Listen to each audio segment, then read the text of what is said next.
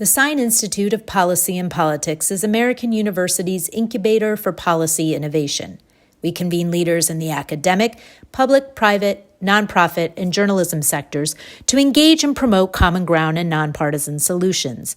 In an evolving world, we seize the opportunity to work on the nation's most pressing challenges through collaboration by experts and top scholars in their field with students in research and scholarship. As part of that goal, the Sine Institute leverages American University's location in our nation's capital, the nexus of government and a growing international business center. We connect diverse perspectives from around the country and around the world with our world-class academics and research, experienced practitioners, and the most politically active student body in the U.S. We stand apart through our focus on the role of business and the nonprofit community in public policy, the rise of the importance of economic regions in the United States, and international policy issues. Our focus is to make an immediate impact at the intersection of policy and politics that leads to real and lasting change. Thank you for joining us as we convene, communicate, and collaborate.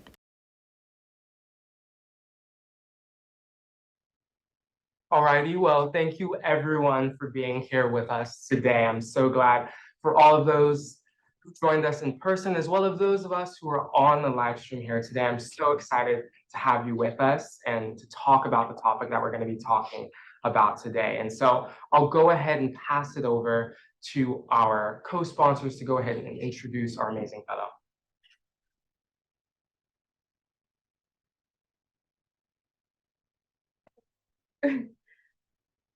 Good afternoon. Thank you all for being here. I'm grateful to be given the pleasure to introduce our very accomplished speaker. My name is Megan, and I'm here on behalf of the Women in Economics Club, a proud co-sponsor of this event. We are an organization of strong women at American University whose mission is to create a network where underrepresented communities are provided the professional and interpersonal development necessary to overcome obstacles we may face in our careers. Only 34% of economics majors are women, a percentage that hasn't shifted noticeably since 2014. As a club, we recognize how integral women are to uplifting economies and what happens when their voices aren't included in any discussion. It is for that reason that we are delighted to partner with the Sine Institute of Policy and Politics for this event. The Sine Institute, an incubator for policy innovation, brings together the best and the brightest from public, private, and nonprofit sectors to spark meaningful discourse about important issues. Without their support, we would not have the privilege of hearing from remarkable fellows such as the one present with us today. With that, I am honored to introduce 2024 Spring Sine Fellow, the Honorable Manisha Singh. Fellow Manisha Singh is a role model to young women across the business world. While serving as Assistant Secretary for the Bureau of Economics and Business Affairs at the State Department, she pioneered the POWER program, providing opportunities for women's economic rise. Her program, which continues to remain a central focus of the Bureau's work, has supported hundreds of women-owned businesses since its inception. Now, Manisha serves as a founder and principal at the Sunstone Strategy Group. Please join me in giving a hand to our esteemed speaker discussing the innovation of economy and new technologies.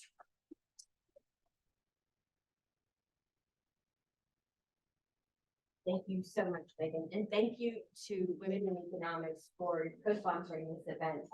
You all, what can I say? Women in Economics, you all are my people. I expect great things from all of you. And thank you, of course, to the Sine Institute and my fantastic group of student associates. I really do think, I know everyone thinks this, but I really do think that I have the best group of students. So I have some opening remarks I'm going to deliver. They're prepared remarks. So welcome to today's seminar on the innovation economy, where we explore the dynamic landscape of innovation, entrepreneurship, and the transformative power of technology in shaping our future. It's an honor to be with you today as we embark on a journey into the heart of what drives progress, prosperity, and possibility in the 21st century. Innovation has long been heralded as the engine of economic growth, propelling societies forward and revolutionizing the way we live, work, and interact with the world around us. From the invention of the wheel to the advent of the internet, humanity has continuously pushed the boundaries of what is possible, driven by a relentless pursuit of discovery and improvement. Today, we find ourselves at a pivotal moment in history, where the pace of technological advancement is unprecedented.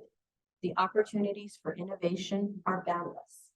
The digital revolution has ushered in an era of connectivity, empowering individuals and organizations to collaborate, create, and innovate on a scale never before imagined.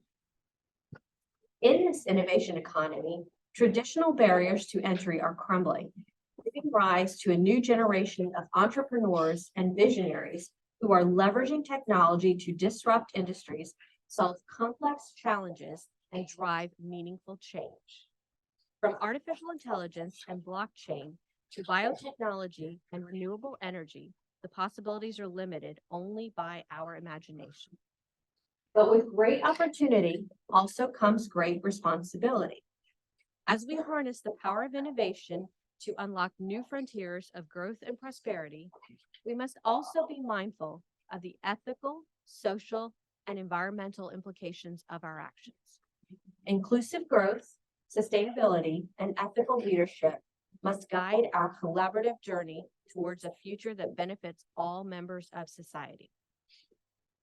As we embark on today's exploration of the innovation economy, let us approach this conversation with open minds, boundless curiosity, and a shared commitment to shaping a future that is not only technologically advanced, but also equitable, sustainable, and humane. Together, let us dare to imagine, dare to innovate, and dare to build a better tomorrow for generations to come. So that's a pretty good set of opening remarks. What did you all think? Any thoughts on the opening remarks? Creative, interesting, did I set the stage? So those remarks were drafted by ChatGPT. Right?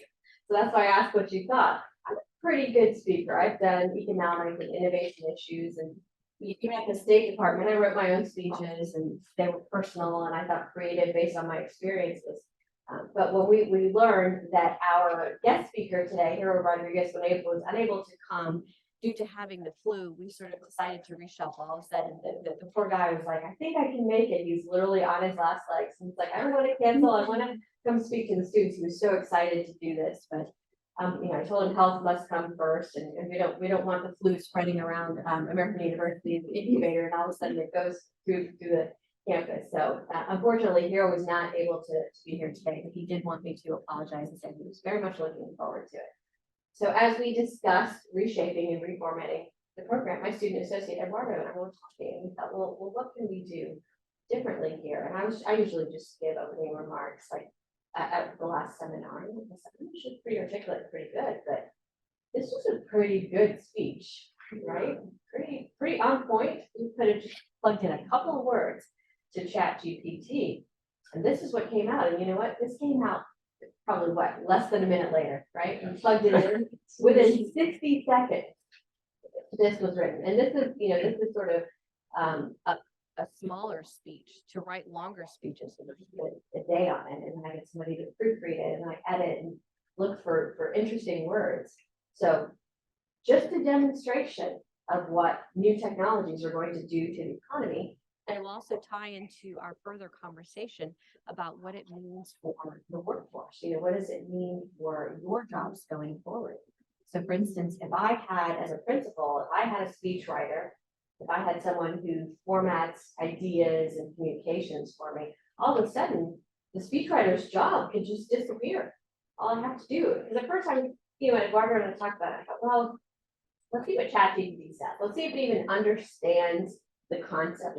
Does it understand what we are asking it to do? how creative, how interesting is it going to be? And then I read it and I thought, probably better than something I could have written myself. Dare I say better? No, but it's pretty good, right? So just a demonstration of something that we're going to have to think about going forward. So anyway, Nika and I are going to have a conversation. We're going to shift it. Hopefully Hero for the April, hopefully you all will also attend the April seminar, and Hero's going to try to attend that as well. I do want you to meet him because he was one of the founders of the DocuSign technology, which, you know, as you know, DocuSign is now instrumental in signing documents online. You don't actually have to print the document, sign it, you know, do the PDF. And there's a stamp certifying the validity of the signature. So he was going to talk about development of that technology. And one of the things that I found most interesting about DocuSign is that it is a technological advancement which benefits society, but it didn't really impact the workforce in a negative way. I don't think that DocuSign has taken away jobs. It's a technology that has improved things, but there wasn't a job that I can think of necessarily that was replaced because DocuSign now exists. So as an example of an innovative technology which had a huge economic impact, you know, the ability for corporations, for companies to conduct business, entities, not just companies, but, you know, entities, if you're a lawyer, if you're an accountant or whatever, to have that DocuSign technology really has been such a benefit to businesses, to small businesses, just to be able to move forward really, really quickly. So that was sort of the highlight of DocuSign and what Hero was going to present today. So I'm going to turn it over to Nika, and Nika and I are going to have a conversation.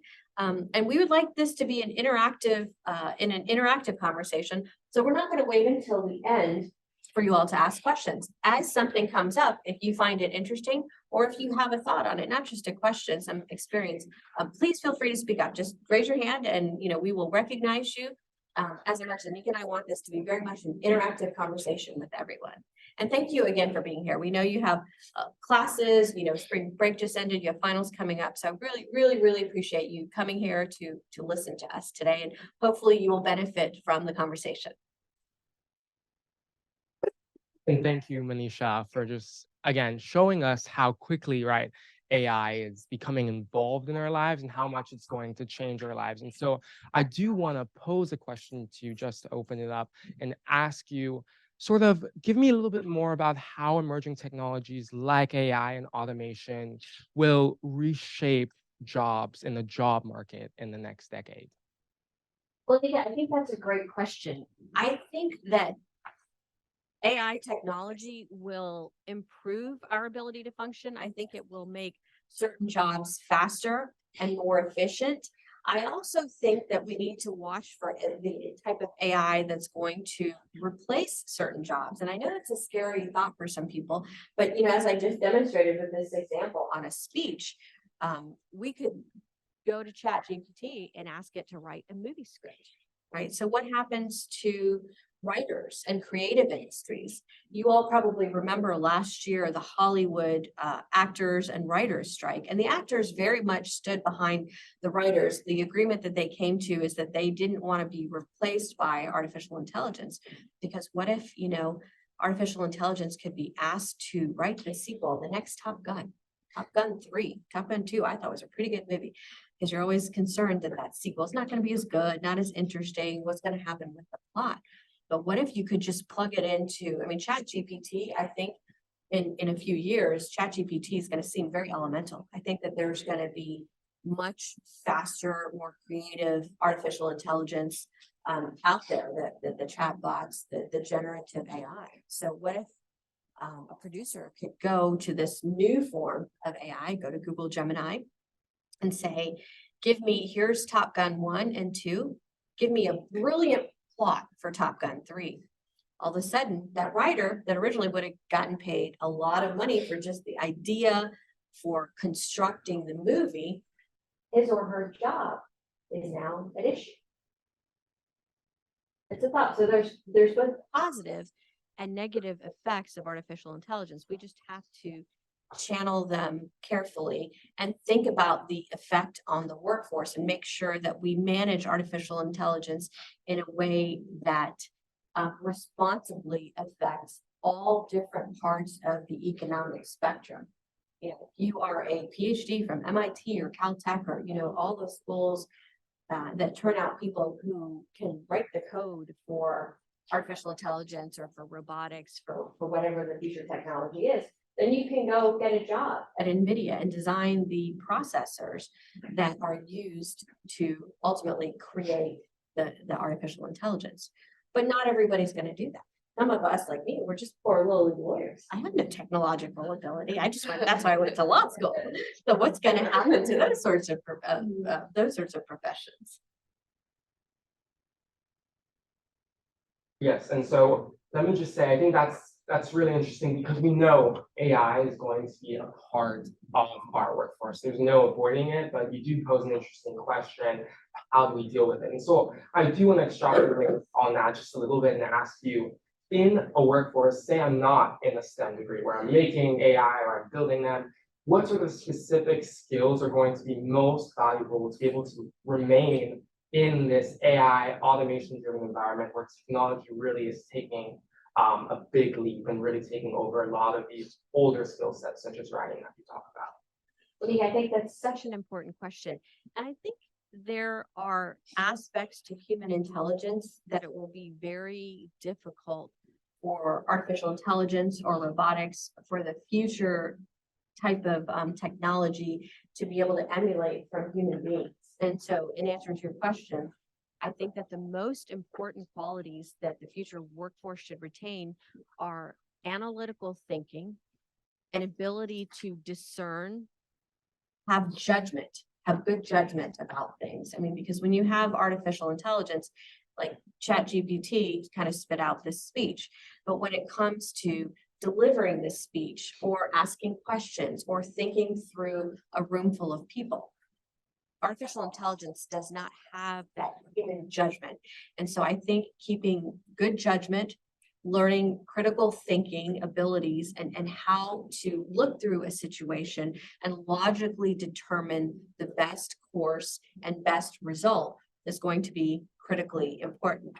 When Eduardo and I were talking, we were talking about, well, what sort of artificial intelligence and professions, what would that mean? We thought about police officers. Can you have, and here I'm going to iRobot, the Will Smith movie. If y'all haven't seen it, it's about from maybe 10, 15 years ago, something like that. It's an interesting movie to watch, and I think more of those movies are coming. But if you think about, let's say, in order to benefit human life, you know, police officers is a profession where you're subject to a lot of physical, emotional risk. You know, you can get killed just out on patrol. So let's say that we tried to replace a police force or law enforcement with a robot body and artificial intelligence that's geared towards, this is what criminal offenses are, you know, this is how you measure a car's velocity to see if they're speeding. This is how you use the large language models, you know, the language models to train that artificial intelligence to determine if someone is committing an assault or committing a theft. And the robot's able to say, okay, this person, you know, broke a store window and pulled something out of the window. Well, that seems to me like assault. I'm going to arrest, therefore, my programming is I go arrest this person for assault. But let's say that there's not entire context. The robot doesn't have the context for the judgment. And who knows, perhaps robots will be given more context than I'm giving them credit for right now. But there is a human element of judgment. You know, maybe that person saw someone who was trapped in the store window, and the only way to save that person was to break the window and pull them out. You know, there's a context, there's a critical thinking ability that I think that humans will always have, always possess. And I say that now, but the interesting thing about these new technologies is who knows where we're headed. Got you. And I think that's great. Again, guys, if anything comes up to mind, feel free to interrupt or raise your hand and I'll call on you. But I do think you bring up an interesting point with the police force, right? And them being able to make life or death changing decisions like this. And we're seeing it now, and militaries are considering those sort of situations where we now implement AI in military decisions to kill or target particular groups of people. They're considering those sorts of technologies in that sphere. So My question to you would also be, what is the role of government in protecting the civilian population, countries, people against emerging technologies like AI, like automation, in those type of contexts? It's a very good question, Megan. I think that this is a societal existential issue that governments and regulators around the world will have to think about. Not only governments, actually, I think we as people will have to think about it. You know, we will have to determine if we are using these new technologies, how do we ensure that we use them responsibly? For instance, take the automobile, right? At some point, 80, 100 years ago, the automobile was considered a new technology. And through the evolution of automobiles, and they've gotten faster, they've gotten more efficient, more widespread. There was a time when only certain parts of society could even afford automobiles. Now, most people can afford an automobile. There, you know, we have cars, we have traffic. And we have learned that there's a responsible way to operate an automobile. You know, there's a speed limit for a reason, for safety reasons. We have seat belts. We do not drive while we're impaired. We should be fully functional when we're driving. So if you think of an automobile as a technology, we have adapted and learned to use it responsibly. And so therefore, if everybody uses their automobile, their auto, their, you know, whatever they drive on the road in a responsible manner, all of us benefit.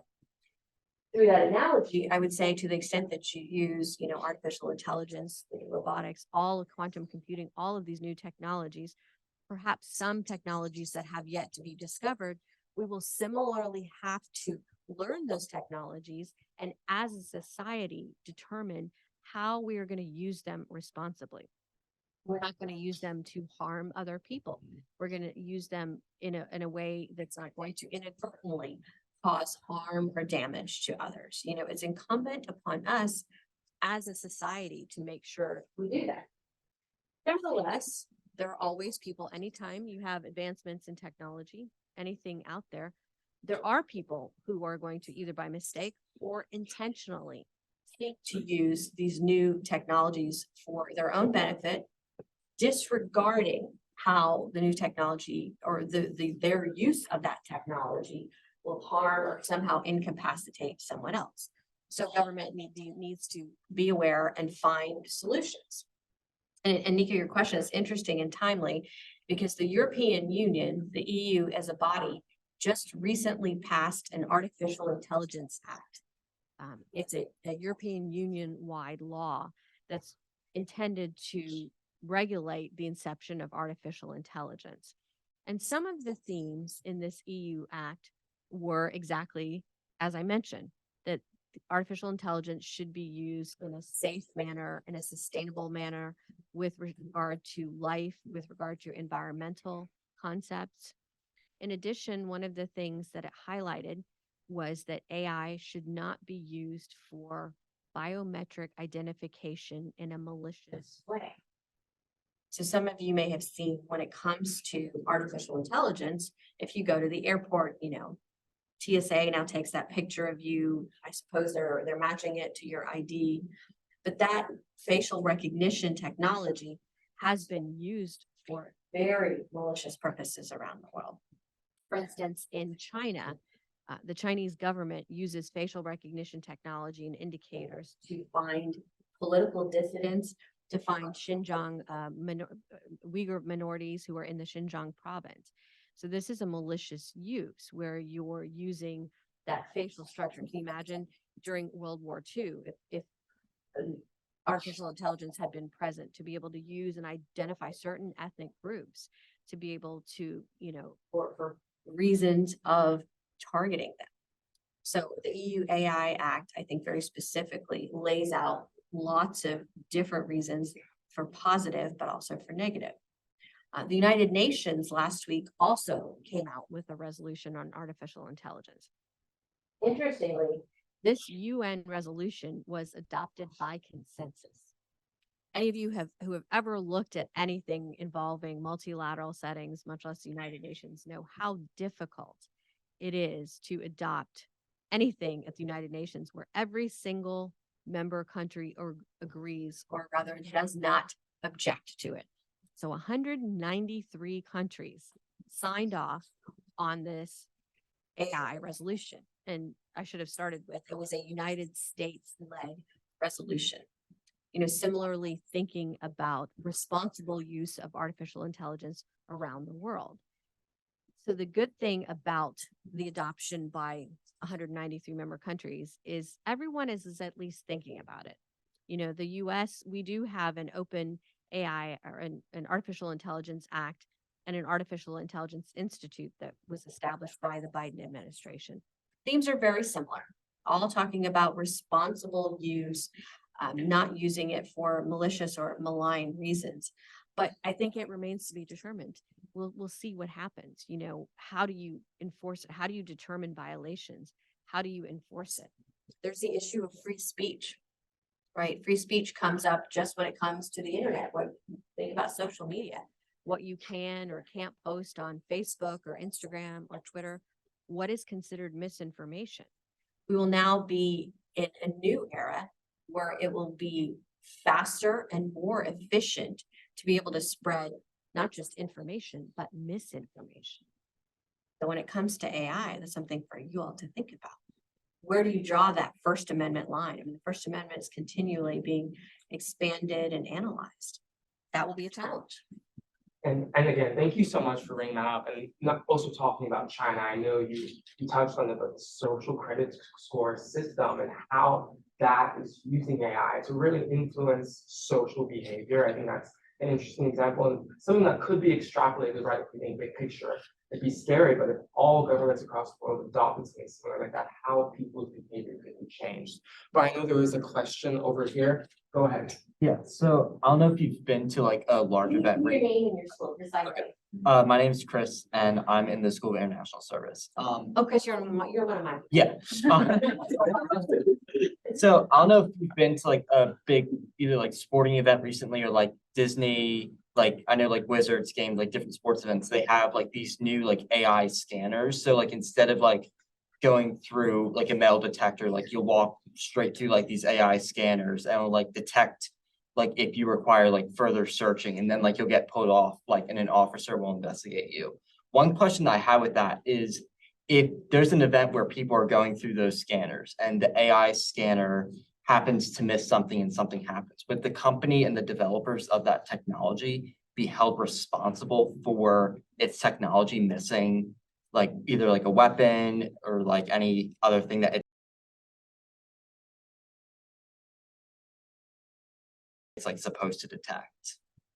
That's a great question, Chris. And I think, I think the analogous situation to that would be sort of the metal detectors. If somebody got through a metal detector with a gun or another prohibited item, would the company be responsible? I think it depends on, putting my lawyer hat on now, it depends on the circumstances, the expectation, and the guarantees. I think a lot of times the companies that provide these machines, when you purchase them, they do so with a disclaimer exactly for that reason. They say that this machine is intended to be used for this purpose. It is not 100%.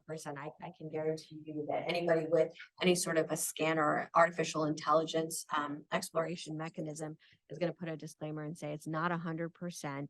And so therefore you have to use your own judgment and own system to be able to find everything.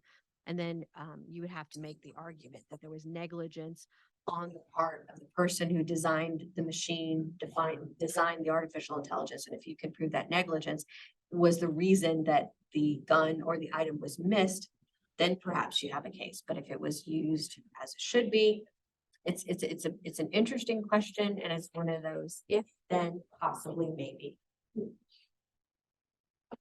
Hi, so I'm Aaron from School of Public Affairs. I'm also one of your people.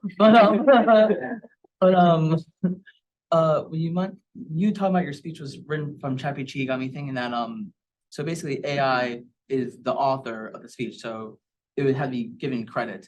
So how do you think credibility with AI affects stuff like the education stuff? Like how does like I wouldn't personally want to be learning from a teacher who got their degree from ChatGPT, but just like, what do you think on like that type of stuff? No, I think you're right. And this goes back to the critical thinking ability. Suppose you have, right, ChatGPT University, you can now go get your bachelor's degree and you don't have to go to school and it doesn't take as much time and it's much cheaper. But I think what you're missing is that human experience, right? I assume from your professors, the best professors that I've had are people who not only taught you what was in the book, but also told you about their experiences, how they think about something, whether it's, the hard sciences, like, a math or algebra type of situation where the professor can help you work through, like I said, it's that critical thinking ability to, a history or in the arts, certainly. I had a humanities professor in college. To this day, I remember everything she talked about. I remember this is the first time I learned about, going to Europe and the paintings of Monet and Manet, more so than the paintings. I remember her giving me descriptions of what she saw in Europe. And I thought, this is making me want to go there. So there is that human element to it. I think that that's going to be hard to replace. And I suspect that even if there is someone who comes up with a ChatGPT and AI university, I don't know that people will fully embrace that. I think that people will still want that human interaction, that human experience, learning that critical thinking, the social skills that come from interacting with other people in your class, all of those sorts of things. I do think that cost is going to be an issue. I do think that if you can have ChatGPT or a generative AI university and it's a fraction of the many, many thousands of dollars that are paid now at universities, that might be something for universities to think about. But I don't think it will be the same experience. That being said, maybe 10 years from now or 20 years from now, my thinking is outdated and people will say, it's just more important for me to learn what I need to learn and to do it quickly. And I don't need to go spend 4 years in college or not just college, but a trade school or high school. Go ahead. So I'm Elizabeth again. So you talked about China and what they're doing with like the facial recognition software to directly target Uyghurs, but you also talked about the UN resolution where no countries objected to it. So how do you think the fact that China did not object to that treaty, but also the fact that they're using AI maliciously impacts the credibility of international agreements that have the potential to govern AI in the future? Gosh, what a great question. That question is applicable to so many things that are agreed to by the United Nations. And remember, the UN they're voluntary, they're non-binding, they're aspirational. I was happy to see that countries like China and North Korea, Russia, Iran, that confluence of countries that don't normally follow international global rules did agree to this resolution.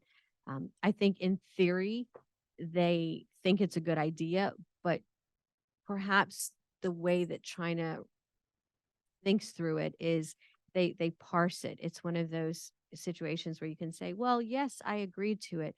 However, what we're doing with facial recognition technology is finding the bad guys. They're never going to say that these are political dissidents, these are people we're targeting. The mentality there, and I've seen this through other lenses that they look through, is like, well, these are people, the political dissidents were plotting to overthrow the Chinese government. That's why we used AI to recognize them. So it does not conflict at all with the resolution. It's that sort of thinking that we've seen from the Chinese government. It's an exception. It's like, no, these are, and if you look at Russia, the Russian dissidents, similarly, well, these are people who are plotting to overthrow Putin. Therefore, we are arresting them. It's not because, we just wanted to. There's the Wall Street Journal reporter that I think about a lot, Evan Gershkovich, who is still, his family is still trying to get him out of a Russian prison. And because he was a reporter, he was in prison there. But if you ask the Russian government, they will say, no, he was violating Russian law. And therefore, we had to take him into custody. That's a big question. It's one for the global international community to think about it. it's hard to come up with a great answer, but I think your question applies to many different aspects of UN behavior generally. Thank you. Hi, my name is Jocelyn. I'm an SAS with School of International Service. And my question also kind of ties into facial recognition. So recently in airports, use of facial recognition has spiked, but also a lot of accusations regarding like racism when it comes to facial recognition, is not being able to recognize people of darker skin tones, so they automatically are getting flagged and checked. So I was just kind of curious, like what steps you think should be taken to address and rectify racial bias when it comes to facial recognition technology, or if you just think that it should be taken away altogether. How you think they can address that? I think we can address it. I think, and that comes to the responsible use and development of facial recognition technology. Because at the end of the day, when it comes to the companies that are creating the processing chips, there's human element integrated along the way. So if you find, let's say in that case where the facial recognition technology is pulling out people of darker skin color or whatever a demographic it might be, I think that there's a way to correct that. And this is where the critical thinking, and human interaction, I think, is always going to play a valuable role. Somebody needs to look at that and recognize it and find a way to shift the algorithm to have the processing chip that is utilized. Maybe there's a problem with it somewhere. I think you all might have seen the situation with Google Gemini. If Google Gemini was asked to identify a couple from 1800s Germany or something like that, and the picture of the couple that came up was like a Native American woman and an Asian man or something, and that, well, this is not an accurate, if you were in 1800s Germany, this is not what a couple would have looked like. And so it raises exactly that question of generative AI's ability for facial recognition technology to be able to just distinguish between different ethnicities, different demographics, different, facial types. And that comes to the responsible development of artificial intelligence. And I think Google is now trying to fix that so that you don't, I mean, what would be the worst thing possible is if you ended up with a facial recognition technology that ends up engaging in racial profiling. That's one of the things that we're trying to fix in human beings. We don't need generative AI to be doing that, So, hi, I'm Alexi. I'm in Kogod, so a little different area. But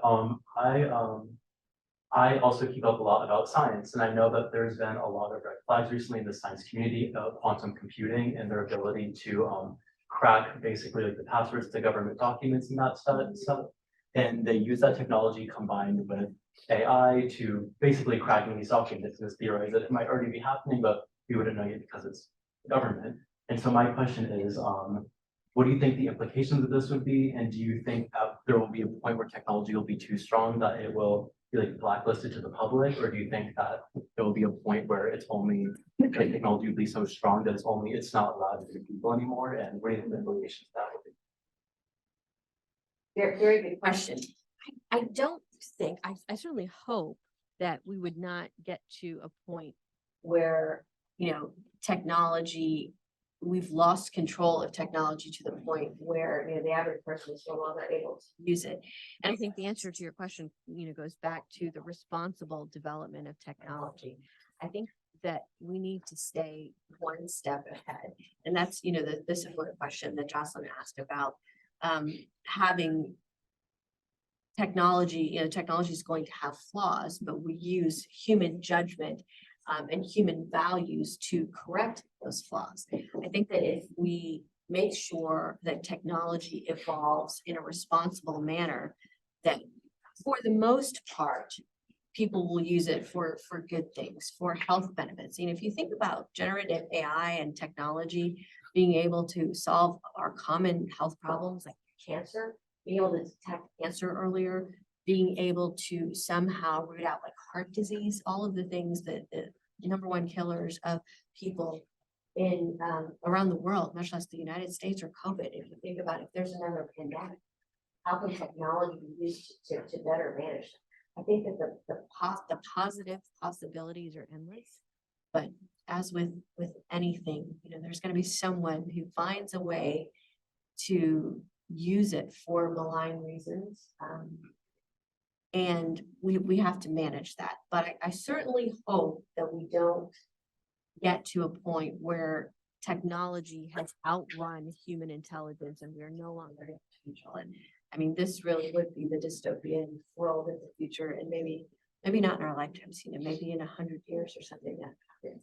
But I do think that that's why we have to be careful every step of the way, right? Now, we have to work just like when the internet first, the World Wide Web emerged. Similarly, we had to find a way to make sure that the internet was used responsibly. For the most part, it is, but there are people who use it. There's, for every positive aspect of society, somebody finds the dark side. We have the dark web, that's where human trafficking occurs, where terrorist financing occurs. And that, I think, we really do have to rely on regulators in the government. I mean, that's something that's hard. We as the average citizen are not going to be able to do much about dark web except not use it. But, in terms of actually curtailing the very, very terrible uses of the dark web, we do have to rely on a strong regulatory knowledge. I'm Walker, I'm also an SIS. How do we expect policymakers in the United States or elsewhere in the world, China being the primary one also developing AI, to regulate AI at the pace that it's developing currently? With our governance process moving as slow as it does, AI developing on a weekly basis at this rate, how do we keep up with that and stay ahead of it, as you mentioned? Barbara, that's an excellent question.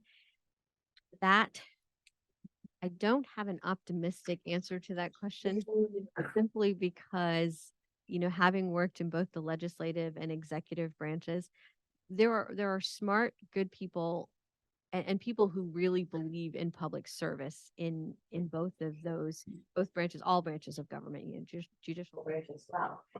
However, I think that the magnitude of issues and day-to-day things that arise for our government officials prevents them from spending the necessary time to truly understand something as complex as generative AI or the future technologies coming.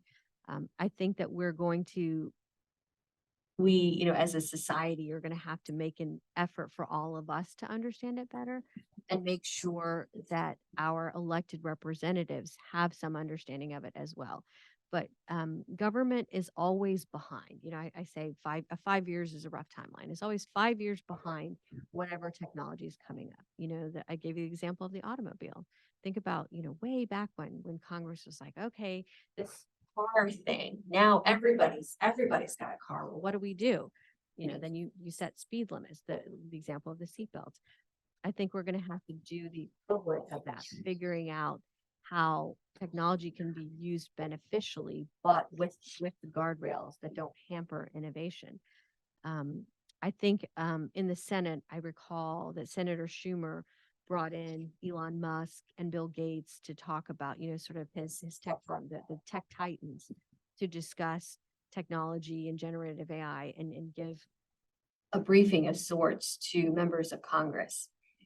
How useful and how sustainable that is, I don't know. I mean, if you have a senator from California, a senator from Florida who have issues like in California, the environmental issues, the environmental disasters that you're dealing with, issues of just crime, the day-to-day economy, all that sort of stuff. And that's on your plate, and you want to make sure you get that right. And you can even understand technology a bit, but all of a sudden you're given this briefing on generative AI by Bill Gates. Probably paid attention to it a week later. I doubt you remember anything. That's a challenge. And I'm going to pose that as a challenge to you all as folks who, everybody in this room is interested in policy and international work. That's why you're here.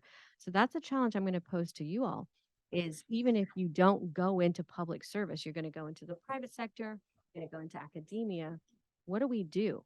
How do we make sure that our government, our elected representatives, understand the technologies, these new technologies well enough so that they can actually come up with effective regulations rather than hampering development or just, coming up with something that just doesn't make a lot of sense.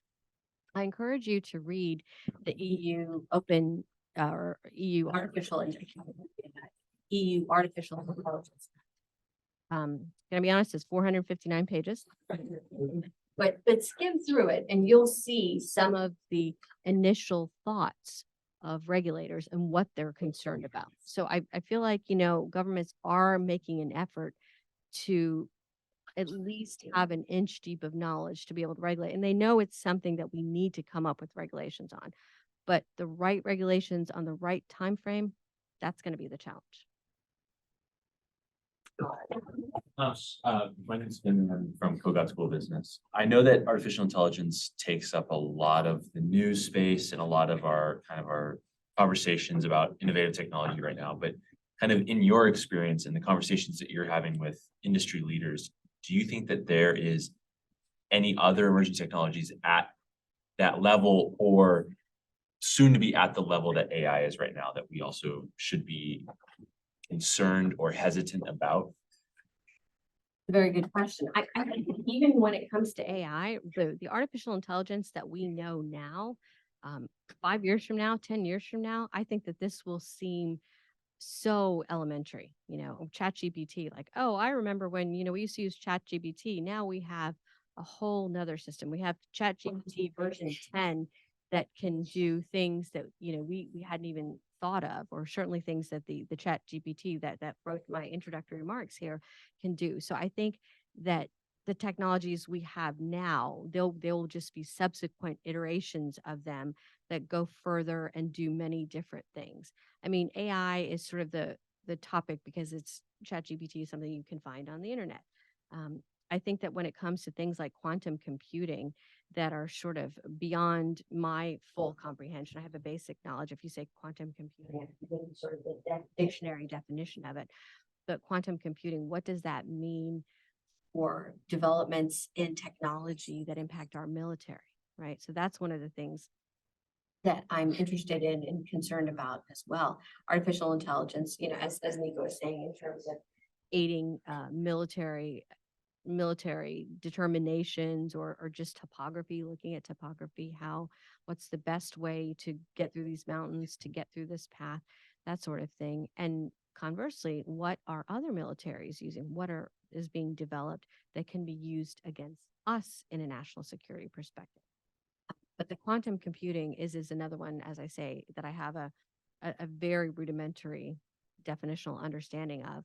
But I think similarly, that's going to be something that speeds up technologies that may not be necessarily daily use technologies, but that become a national security issue, or for that matter, lunar exploration, space exploration. What sort of technologies are going to make it faster and easier for us to get to the moon? What technologies are we developing that will enable us to actually live on the moon? Can you imagine that? What 50, 100 years from now, people living on the moon is just like, oh, well, instead of moving to California, I'm going to move to the new subdivision on the lunar surface. What if that becomes a reality? I think all of these technologies are taking us in that direction. I think that the possibilities, as ChatGPT said, the possibilities are certainly endless. And people will come up with new things. When the internet was sort of came around, I don't want to say invented, but when the internet became more commonplace at that time, artificial intelligence or robotics weren't even necessarily thought of. And look where we are now. When you think about getting on the internet, that's just like, when did we not have the internet? It's commonplace. It's like rudimentary. If somebody said to you, I don't know how to use Google, you'd be like, you've been living under a rock. How do you not know how to use Google? And I think 30 years from now, there was something similar from artificial intelligence, robotics, all of these new technologies will be very similar. Like, oh, this has always been around. I do want to take this moment to talk about people. I know we talked about how governments always end up being behind people. And so what I'm interpreting from some of the comments that you're making is it's going to be up to people to make good decisions about emerging technology. And so I want to focus on some of those people, particularly women. You're a champion of women. You started the Power program at the State Department, providing opportunities for women's economic rise. We know oftentimes in developing countries and other countries abroad, there are highly educated women who could be involved in the tech space, the STEM space, but aren't necessarily involved in participating in the economy. How has the Power program, as you've seen it, allowed for women to take sort of this opportunity to engage in that economic participation, and where are women leading the charge in this area? That's a great question, again. That's a great question. So Power, some of you may have heard about Power. I'll give a quick recap. The reasons that I developed Power was because I wanted a platform that had actual concrete results. There are a lot of women's networking organizations, women in economics, great organizations, things, but I wanted to take these organizations and give them resources, skills to fill the gaps that for some women, especially even in the US, here in the US, I still think that there is a gap, a resource gap for women that can be filled, but certainly around the world, I think that there's a need to make sure that women know that opportunities are there. And so the Power program was designed to have, again, going back to the actual concrete results, have an impact on things. And in fact, Nika, one of the things we did, I remember we worked with colleagues in Japan and Korea on STEM issues, because to the extent that women go into business or go into different professional fields, there is a lesser percentage of women, certainly in STEM and economics, as Megan pointed out as well. In economics, a side note on that, if you all ever go to the State Department, see if you can get a tour of the Economic Bureau's conference room. If you look at the photos of all the formers in the conference room going back to the 1920s, when the Bureau originated, it's all men, and it's men who look the same demographic, right? And so you come to 2017, and there's a picture of me. Different skin tone, different gender, different everything. And to me, it's exactly as Megan was saying, there's not as many women in the economic field and in the STEM fields. And Nika, going back to your question of why that's important, why that matters, is because technology is the future. Tech companies have some of the biggest platforms for information for changing the world. And certainly, there's a lot of women who don't want to work in STEM, don't want to, that's just not what they want to do something different. But the platform that I wanted to set forth is, if you are a woman and you are interested in economics and finance and STEM, we want to make sure that you have the full grasp, the full understanding to be able to be successful in that field. And again, STEM is technology technology is a force that drives the world, even if you're not in a tech field, right? Let's say you're in healthcare. You want to be a nurse. You want to be a really, really good nurse. I think that's a great profession for men, for women, for anyone. So much of healthcare now is being driven by technology. So in order to be a really, really good nurse, good at your job, there's a basic level of understanding that you need in technology. And so that's why I think it's so important, for women to have a grasp of technology. For men too. I don't ever mean to exclude men. I want to make sure that men are included in the conversation as well, and have all the advantages, especially have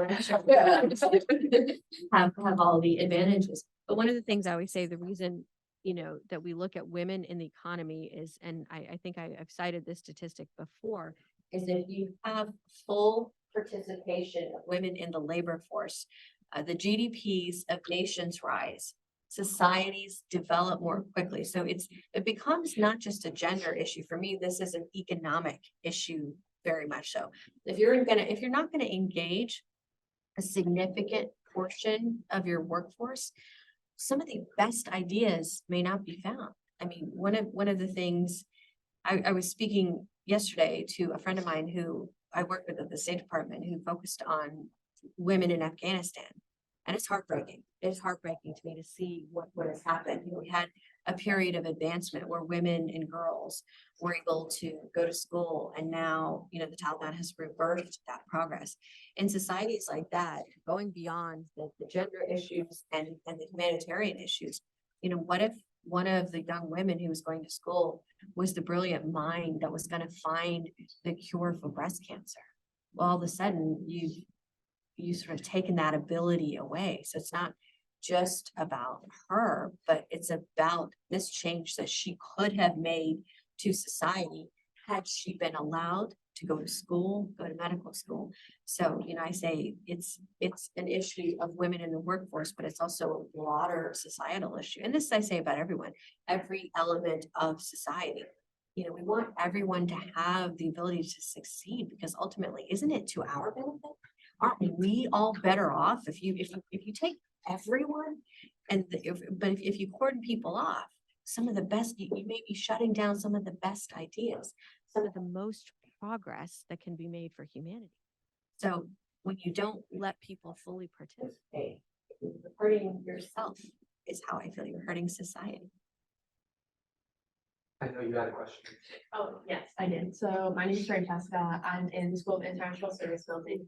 And I guess too, especially on the topic of women and female participation, and just kind of also to thinking about with the rise of just all these different types of digital technology, especially how we have, especially in the United States, the issue of the digital divide, right? Digital divide of having, especially both the coasts having maybe more advanced technology, maybe more affluent socioeconomic communities having more resources and financial resources, especially to different ways to get access to all these different types of technology to benefit their communities. In what ways can we try to mobilize or help, especially women in a lot of these underserved communities, to uplift their own communities, especially to try to, in some way, even if it's on a smaller scale, to kind of like narrow that digital divide? Francesca, I love that question. That's such a great question. I think the best way to answer it is we have to care about everybody. I always say that everybody across the economic spectrum, you're absolutely right. If you're from, an affluent family in Northern Virginia where the school system is great and you have parents that are buying you a computer, doing everything for you, of course you're going to advance more quickly. Whereas if you're from, a community where you don't have all of that, that's therein the digital divide. My thought is we have to do proactive outreach to be able to find places where people need the help. And that's the POWER program is sort of an idea that came to being about. Similarly, I was thinking, what about women who don't have access? If you're a woman and you want to start a company and you can't find the venture capital funding, well, let's figure out a way to get you to a forum where you can seek that funding. And analogous, but a little bit different. I think in these communities, first of all, we need to have internet access. That's one of the fundamental problems. I'm from the state of Florida, and there's still parts of Florida in the Panhandle area where you don't have rural broadband access. So the Federal Communications Commission, the FCC, has a program where they're trying to identify communities all around the country that lack that high-speed internet access and make sure that the infrastructure there is outfitted so that you can actually provide that access. I do think that there's a government element to it. I'm someone who doesn't ever want to rely on government to do everything and solve all the problems, but I do think that there are resources like this rural broadband initiative that can be implemented to make sure that even the infrastructure is there for people to have the internet access. I believe in public-private partnerships. I'm hoping that some of the tech titans out there will look at communities that are underserved. And I believe the Gates Foundation, the Bill and Melinda Gates Foundation, has done this. They've gone to schools where, maybe some of the kids don't have computers at home and tried to outfit the households with computers. I often think this is probably the case in your generation. I don't have kids. My sister has kids, 2 daughters who are in college now. And I remember some of the homework assignments or notes from teachers would come through email or whatever. And in the case of my sister and brother-in-law, it's fine. They're actually both in the tech field. But what if you're a household that doesn't have internet access? Or during the pandemic, right? When schools started sending people home, sending kids home and saying, well, you're going to do online learning. We're going to switch your classes online. Again, that's great if you're a household that's equipped with computers and, one computer for each kid, because you may have more than one child. But what if you're a household that doesn't have a computer or an internet access to where you can do those classes online? I worried about that. Are these kids that don't have the same resources, are they going to fall further behind? So I think it's a complex problem with a variety of solutions. I think some of it should be the responsibility of government. I do think that the tech sector has done well. The tech titans are, the Elon Musk net worth is greater than the GDP of many small countries, right? And so I do think that the private sector hopefully will, because they have understood, they understand better than anyone how technology benefits the world, will make sure that everyone has the basic access. I'm gonna have time for 1 or 2 more questions. Do you still have a question? Yes, it's unrelated though. Is that okay? So something I've been thinking about is the fact that AI has really negative impacts on the climate change issue that we're currently facing, especially because the technology used to generate AI uses up tons and tons of water. And that's already impacting already underprivileged communities, kind of like we were discussing with the technology issue. But then at the same time, so that's actively harming people. But then at the same time, you have countries that are trying to push legislation to not use AI to harm people. So I think there's an inherent tension there between, actively seeing harm happening from AI, but also the adverse effects from developing AI at all. Do you think that policymakers are reckoning with that, or do you think that's something they're brushing to the side? And do you think that should come to the forefront? I think that that's a paper, an op-ed that you should write. I like that issue and say, ask the question. Do the policymakers, direct it to them and say, what are you doing about this issue? Because you raise a very good issue in terms of natural resources, development of technology generally, and certainly these really high-speed technologies, which require these specialized chips. I was learning about, I did some, basic homework on learning about NVIDIA and processing GPUs, the general processing units. And from what I understand, that these are faster chips that can process more information simultaneously than the original chips. And that's what's needed for artificial intelligence. So you're right, more natural resources are going to be used for the development of this technology. I think that's the case for anything, though. People talk about switching from fossil fuels to electric vehicles. And I think that's a good idea. We need to, for many reasons, we should reduce our dependence on fossil fuels. However, it's not as if electric vehicles are not going to consume natural resources in different ways as well. The batteries, I've learned about a battery in an electric vehicle. That's got to be made from somewhere. The charging stations, the complaint is we don't have charging stations all over. Think about the resources it's going to, if you're going to put between, let's say on the I-95 corridor, going up from Boston, you can drive on I-95 from Boston to Miami. Right. And let's say you want to put charging stations at every necessary point, just on that one road. And you think about all the highways around the world. If you put a charging station, think about the materials and all of the materials, everything you're using, because it's still, metals and materials that are going to be used to construct these stations. So electric vehicles, good idea, but I think people are missing it. There's still extensive other resources used, even though we're reducing dependence on fossil fuels. So I'm going to leave it to one of you in this room to invent the flying car. Flying car that runs on a natural substance, not fossil fuels, maybe electric. The efficient vehicle of the future. It's going to be a challenge. One last question. Yeah. So one thing that I thought about during this whole conversation is in my town, they're implementing like an AI, not like camera, but an AI sensor that's going to be scanning license plates of drivers to like check registration, see if there's any warrants out. And there's been like a lot of confusion and on like conspiracy theories, I almost say, of like what this technology is actually going, like what its purpose is going to be. So that kind of sparked the question of like, what do you think politicians and specifically government, their role is in the messaging of like these technologies, especially when they're the ones implementing them and using them for a society, like in the case of like that specific example, or whether it's like like technology in airports, what role do you think they have in like messaging out to like the country? Well, I think that's a good question. And I think this goes to, Walker's question about understanding it. I think first of all, you have to understand the technology, understand how it's going to be used, and determine how to use it in a responsible manner that abides by general rules of society. I think that there's an enormous privacy question.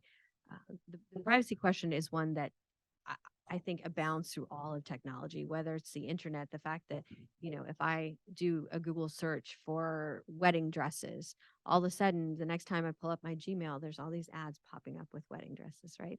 And now you can have, I've seen these blurbs where somebody's explaining how you can go to your Google settings and change it so it doesn't store your information. I always look at that. It's like go to Google and change your settings and click this box or unclick this box so that Google won't remember your searches, won't remember your information. So you can sort of opt out of anyone storing your information. I think that era is gone. At this point, we all know that if you're on the internet and you put information, there's all kinds of information out there. Fortunately for us here in America, it's for marketing reasons, right? The government is not collecting that sort of information to use it for purposes against you as they probably are in countries like China and North Korea. Whatever you do is stored so that it can be used against you. For us, we're a commercial society, we're a capitalistic society. People are using it because they want to sell you things. And if some people may not like that, you can limit. I have friends who limit their internet use because of that. But I think similarly, regulators need to make an active, conscious effort to understand the technology, understand its potential beneficial uses, understand its misuses, and act accordingly. I think everyone who becomes a regulator hopefully does so with the mindset of I'm here to try to place guardrails on society that will benefit everyone, not to, take things away from people and not to overregulate or hamper life, but just place guardrails so that if we live within this framework, we will all be better off. And so I think that that's one of those cases of learning responsible use.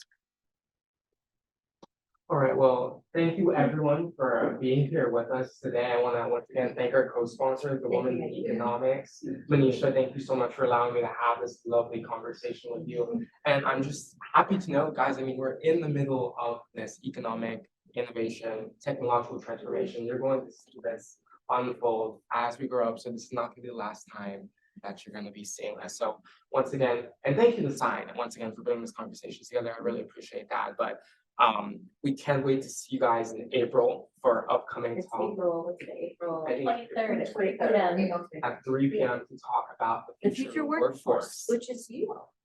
And I'm going to invite Hero to that event as well. I think you all will enjoy meeting him and maybe give a few remarks about DocuSign. He was really, really sorry. He to the very last minute, he's like, I'm sick, but I can still come. I'm like, no. Say help. But yeah, thank you, Nika. All right, and thank you to all of you for being here, and to Amy. I want to say hi to Amy. Just telling you all know Amy for having this great event. But I just think for you all, this is a great time, a great era to be in, because these new technologies are coming out, and they're going to shape and change the world. And honestly, you ask great questions, but I'm going to rely on you to make sure that they develop responsibly and make sure that we use them for good. Society in general uses them for good and not for evil. But as ChatGPT said, possibilities are endless. Well, thank you so much, Manisha. Let's go ahead and